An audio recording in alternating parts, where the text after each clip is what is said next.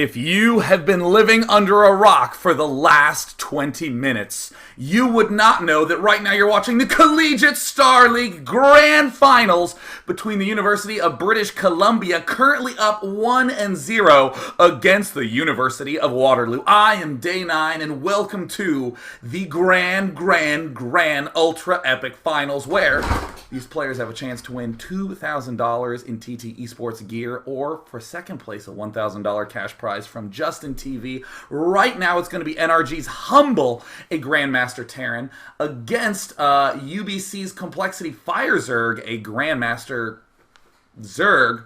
As you might imagine, the matchup is going to be indeed on Tal'Darim Altar. Without any further ado, let's actually jump right into it. Whoopsie daisies, I meant to say Zerg.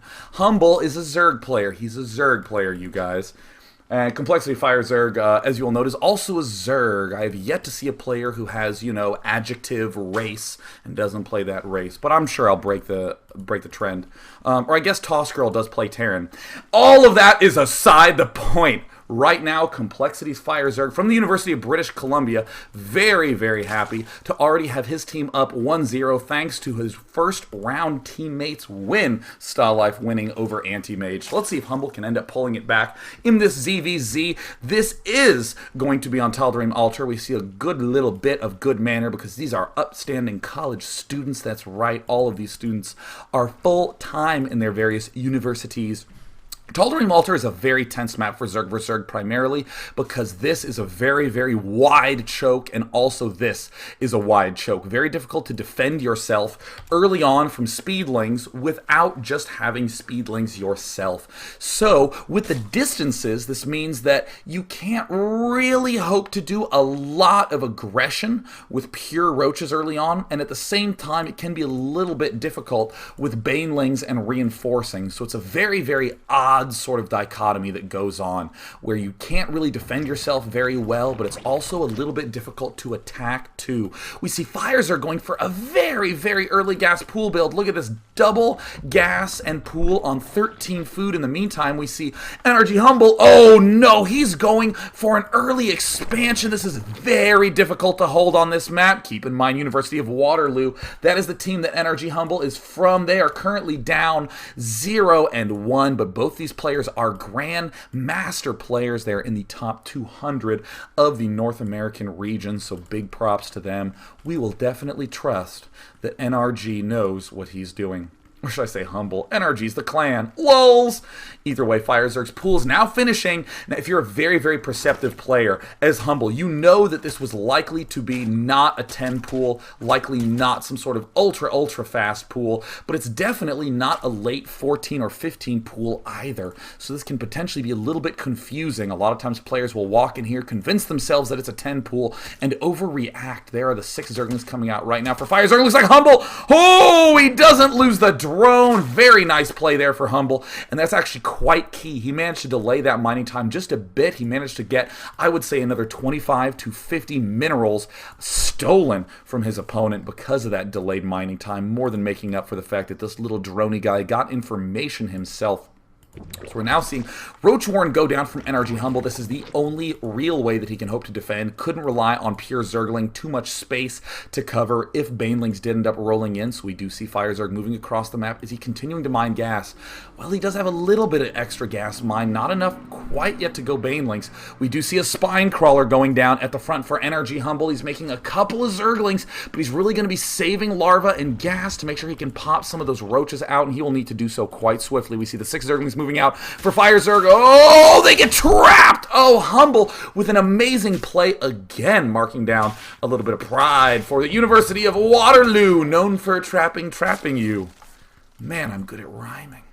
We do see there's the second queen popping out right now for NrGHumble, and by second, I mean first queen. I was actually a little bit surprised that I thought that was a second queen, because definitely that's a risky play to do when you open up against any Zerg opponent. It's very, very difficult to support 2 queens and that roach production early on, but Humble, again, he's Grandmaster. How did I ever have any doubt at all? Looks like Humble now setting himself up for a good defense, but I want you all to focus on this production tab for red. Humble is now going to be forced to make a lot of units early on. He has no vision. Look at the vision coverage for Humble. He only just now is getting his Overlord in a decent spot. He's going to make some drones, but he has to be very careful because, again, Speed Zerglings are out on the field, and once he sees this huge swell of Speed Zerglings, he's bound to make some more units. Oh, wow! Still making drones. Humble having a lot of faith in his ability to be able to defend the front, but no, the Zerglings end up sneaking in. Will FireZerg be able to do enough damage, or will these Zerglings all die before they end up taking out that many drones? It's a big concern,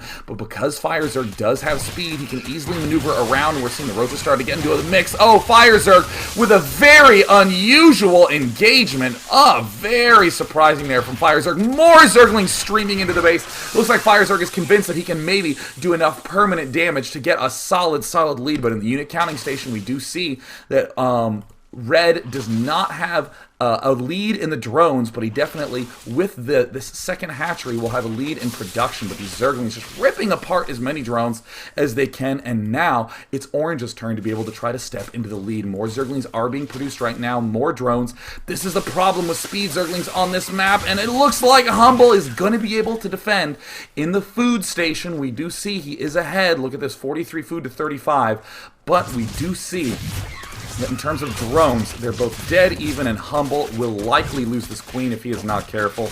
And oh gosh, FireZerg being so annoying with these Zerglings. That may have been the damage that he needed to secure to make all those Ling run-bys worth it.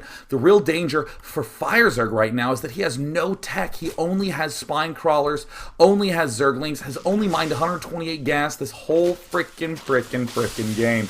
And if that roach count from Humble gets high enough, it doesn't even matter that they are cross-map distances. There will not be enough time for FireZerg to replenish roach numbers or even Spine Crawler or Zergling numbers to defend some huge counter. There's another pair of Spine Crawlers going down for FireZerg, very aware of the tenuous spot that he's in right now. However, I do think this is quite a smart play from FireZerg. Notice that if he gets enough Spine Crawlers up, he can just get a handful of Speed Zerglings, like 10 to 12, and just poach them out at the front, pin these roaches permanently to the defense, while FireZerg himself is completely counterattack proof and actually fairly direct attack proof. Now we do see NrGHumble slowly building back that queen force that was annihilated early on by those Zerglings. There's the layer tech going down. Keep in mind, though, that Humble is still ahead in the food count. In the unit counting station, we do see just a little bit behind NrGHumble is with his 36 to 40 drone count, but is ahead in those roach numbers. However, FireZerg looks like he is not going to be competing on the roach front at all. Ow, I actually think FireZerg is going to be going himself for a little bit of the Mutalisk action. Might seem weak given how strong those infestors are at pinning those Mutalisks, but keep in mind that with these huge distances, you can cover a lot of space and control game flow quite easily. Here's Humble now trying to take up these destructible rocks, a very smart play for him as well. If he's going for a Roach Hydra Force, he can't really put much pressure on, he can't really hope to attack too much, but he can absolutely have a solid, giganto, frightening ground army that he can use to hold 3 very nearby bases. So FireZerg just double checking to make sure his B and C buttons are working on his keyboard, and he has proved it over 8 times with these 8 Spine Crawlers. We do see now that the layer is finishing up for FireZerg, and with that gas count, will likely be going for Mutalisk, or if he's super crazy, he'll go straight for Infestors. Ooh. Now, Infestors are a great unit, but keep in mind they are a support unit. You cannot hope to rely on pure Infestor, I guess, unless your name is Complexity FireZerg. Infestor Spine Crawler. He's going to have a little bit of trouble knocking down this one destructible rock with just a Zergling. Hang in there, buddy. You got this. I believe in you. You have the fire in your heart tonight.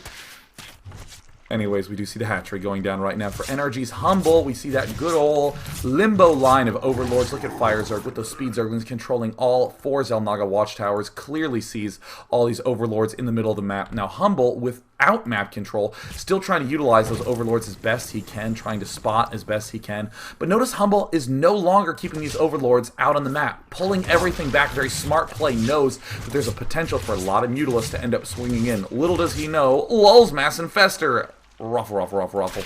Now we see a whole lot of Zerglings going down to those destructible rocks, taking them out, gearing up for yet more bases. And you know what? This play by FireZerg may have been strong enough. All of those Spine Crawlers at the front, motivated Spore Crawlers at the back door for Humble. Meanwhile, Humble is taking himself his extra hatchery at his third base. Man, a third kill going to be going down for those queens. More spore crawlers getting produced. Very cool little tech pattern coming up for Humble. Looks like he has a good amount of hydras that are on production. Has that range upgrade going down. Now FireZerg can gear up to take his extra base. And look at this! FireZerg going for a very fast hive. An extremely cool play. Keep in mind, infestors can lock down with that fungal growth, and Zerglings and Ultralisk can rip things apart. Or he may not even go for the Ultralisk at all, just instead favor that savory adrenal gland for those Zerglings. 20% damage might not seem like that much, but you're wrong. It's a lot. Oh, man, I'm so compelling. We do now see that NrGHumble is taking an extra gas geyser, has these well-positioned spore crawlers all about, has a decent number of roaches. At unit counting station, we see both players continuing to mass up a good amount of units. 12 roaches on the field, 13 hydrals, both at 57 drones with those 7 infestors, orange. CoLFireZerg, the player from University of British Columbia, can easily delay almost anything that gets thrown at him for a nearly indefinite period of time. I guess nearly indefinite period of time divided by 2, given the recent infestor change to the 4-second fungal growth.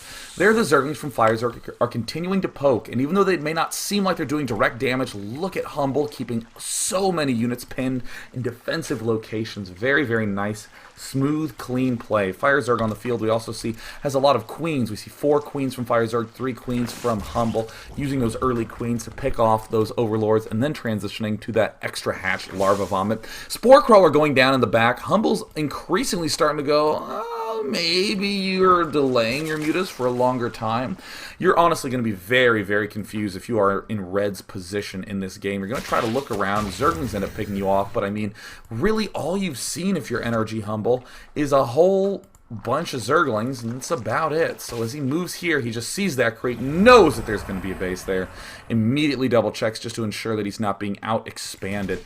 And now with that hive done, look at this, an Ultralisk Cavern from FireZerg, already getting that chitinous plating that I would love to call a chitinous plating because I did take the Hooked on Phonics program. There's the melee attack level 2 going down, as well as the range attack for the opponent, Humble from the University of Waterloo. Poor you, Waterloo, you are down 0-1, and you know what? Let's get some names up in this bad boy. Thank you so much, Blizzard, for your fancy schmancy interfaces. We do see now Complexity's Fires are stockpiling those Zerglings in the middle, still having control over the watchtowers, and this is not something you really want to see at any point. You'd much prefer that your opponent was incapable of building units, but alas, in a strategy game, units do have a tendency to get themselves made. Now keep in mind, these Ultralisks are extremely good almost no matter what. Once you have the Infestors locking the units down, it doesn't matter that those Ultralisks are not the best units against the Hydros. They will be tearing them down quite quickly. Here are the Infestors getting ready to lock down. Look at the Ultralisk doing 17 damage against regular and 40 against those roaches. And here's a huge Zergling counterattack by FireZerg. Knows his army composition very well. Ultras and Infestors for the defense, Zerglings for the counterattack. And what can this slow, pathetic, sad, frowny army do for Humble? It can just drag its slow little Zerg butts all the way back. But unfortunately, Humble is having this hatchery target fired. It looks like there's a couple of roaches starting to swing up. Do those roaches even have the speed upgrade yet? It looks like yes they do, but when they're off creep they're still so slow. Oh, losing the expansion, and it looks like Humble realized that that was going to go down at the last second, decided to reorient all of those roaches and hydras to go to the bottom left as quickly as he possibly could. Very, very rough spot for Humble, pulling his units back for the defense, but it turned out not in time. And there's some amazing fungal growth also swinging in. Look at the damage dealt to those Hydralisks, ripped to shreds. Zergling, Ultralisk, Infestor in ZVZ. Look at the food counts tumbling to almost nothing for Humble. The Infestor's doing absurd damage. The Ultralisk get to nibble their way through this entire force like pastries. And poor Humble, with a destroyed second expansion, University of Waterloo ain't looking too hot, poor thangs.